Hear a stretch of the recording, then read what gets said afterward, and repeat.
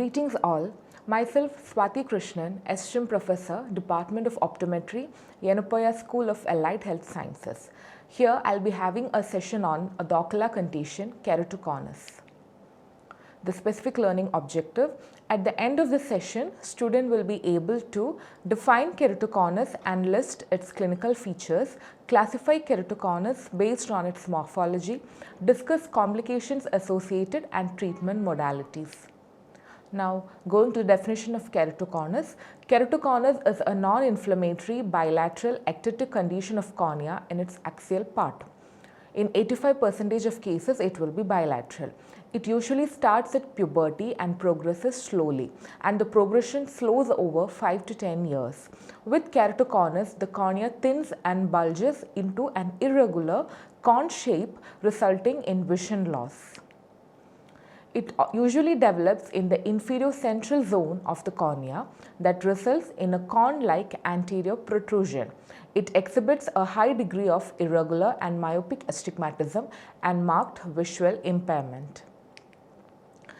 Coming to the pathophysiology, keratoconus has been classified as a non-inflammatory disorder of the cornea. Keratoconic corneas have lower collagen than normal corneas and abnormalities in the molecular structure. Similar molecular changes are seen in eyes with corneal scars.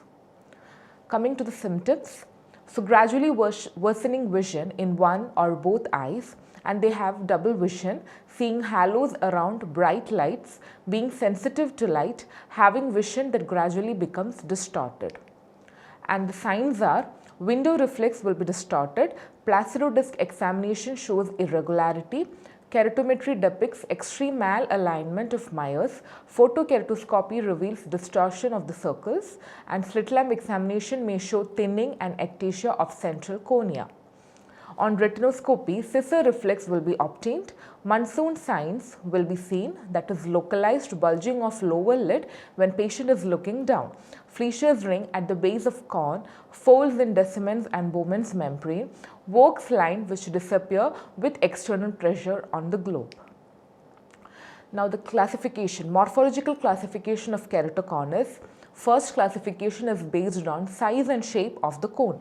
The keratoconus are of three types based on the size and shape, that is nipple cone which will be less than 5 mm, oval cone which is in the range of 5 to 6 mm, and globus cone is very large. And second classification is based on the corneal curvature. It's classified as mild, moderate, advanced and severe, and mild will be less than 45 diopter and severe will be greater than 62 diopters. And the third classification is based on corneal thickness. It's classified into normal, early, moderate and advanced. Normal is in the range of 543 micrometer and advanced will be 446 micrometer.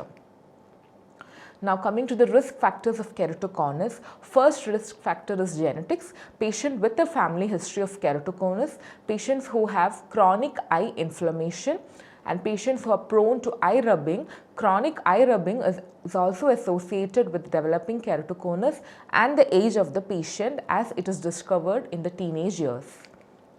And associated ocular and systemic conditions of keratoconus are: systemic associations are like Down syndrome, connective tissue disorder, systemic atopic disorders, and ocular disorders are congenital cataract, retinitis pigmentosa, ectopia lentis, pellucid marginal degeneration, also called as PMD.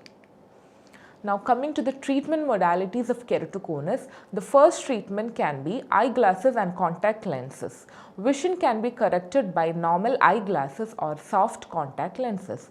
As keratoconus gets worse, eyeglass may not correct vision. This is due to the amount of irregular astigmatism. Later stage, special type of hard contact lens can be used. And second treatment can be corneal cross-linking to treat keratoconus. Corneal cross-linking procedure is to strengthen the corneal bonds between cornea's collagen fibers and surrounding proteins. Ultraviolet treatment. The second treatment can be corneal cross-linking to treat keratoconus. So corneal cross-linking procedure is to strengthen the corneal bonds between cornea's collagen fibers and surrounding proteins. Ultraviolet light treatment that may slow or stop the keratoconus from getting worse. A practitioner drops a drug of containing riboflavin, that is vitamin B2, into the keratoconic eye, and after 30 minutes the patient will be exposed to UV light. And third type of treatment can be implantable ring segments, that is Intacs. So these are small devices to insert into the cornea, and they improve vision or make it easier to fit contact lenses. The rings help to flatten the cornea, partially correct the cone shape of the keratoconus. Now the fourth treatment can be corneal transplant to treat keratoconus. The deceased cornea is replaced with corneal tissue from a human donor. It may take more than a year for vision to stabilize. Specialty contact lens may be required after the transplant to get best vision.